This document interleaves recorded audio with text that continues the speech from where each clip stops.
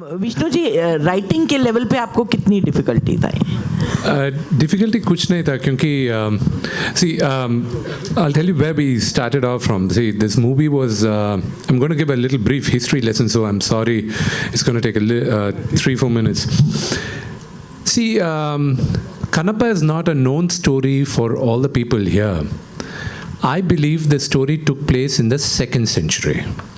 The first reference on Kannappa, Adiguru Shankaracharya, while writing the Shiva Purana, made a reference that an Adivasi offered meat to Lord Shiva. That was the first reference of Kannappa. And Kannappa's story was written from there. In Sri Salem, when the Sri Chakra is written, even there, even today, when you go to one of the Jyotirlingas in Hyderabad, near Hyderabad, Sri Salem, it is written there. Long before that, the Vayu-linga is there. That's the only linga which is, the base is in the shape of a spider, the sides are of elephant tusks, and on the top is a snake. This is the shape of Vayu-linga. Kannappa is a devotee of Shiva in that area. And after 8th century, in the 14th century, one of the greatest kings of India, Sri Krishna Devaraya, in his kingdom, there was this very famous poet called Durjeti.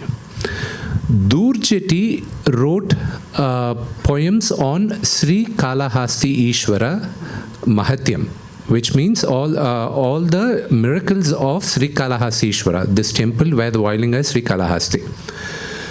And those poems, they were written in these, in Telugu they call it Tatipa Gandralu, means in the palm leaves. I don't know what they call in Hindi. Tadpatra, almost the same.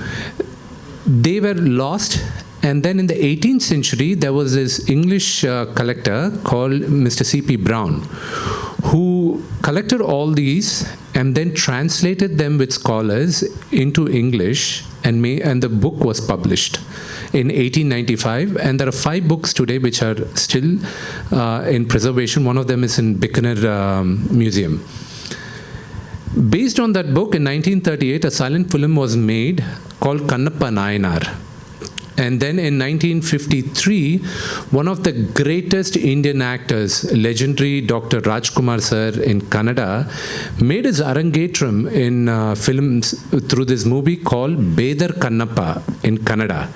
And he acted simultaneously in Telugu. In Telugu, it was called Sri Kalahasti Ishvara Mahatyam. The same production company from Chennai made the movie in Hindi called Shiva Bhakt in 1954. And then Bedar Kannappa was again remade in 1976 by legendary directors Mr. Bapu and Ramana with another great Telugu actor, Mr. Krishnam Raju, who happens to be the uncle of Prabhas. And then again, Mr. Rajkumar made that movie in Kannada in 1988, where he played the role of Lord Shiva, and his son, Shivaraj Kumar sir, played Kannappa. And then after 50 years, I believe in Telugu when we first started, Lord Shiva gave me the permission to tell this generation the story of Kannappa. And when I was writing Kannappa, see, the last 30 minutes is the same. An atheist becomes God's devotee and God decides to test him, and it's a known legend that the linga, blood starts coming from the linga, and Kannappa takes his eye out and gives it to Lord Shiva. This is a single pager. For me, it's a half pager.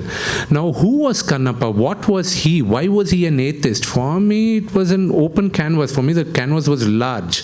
And I'm a huge fan of Lord of the Rings. And I've read the books, watched the movies. I know the dialogues, scene by scene. So for me, I wanted to create my world.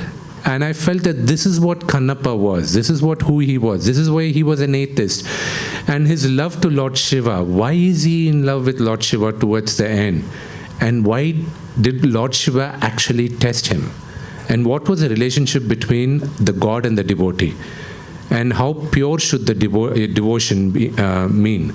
See, one thing which I have common with Mr. Akshay Kumar and me is that our devotion to God knows no boundaries and no rituals. It's what we feel in the heart is what we do, is what God accepts.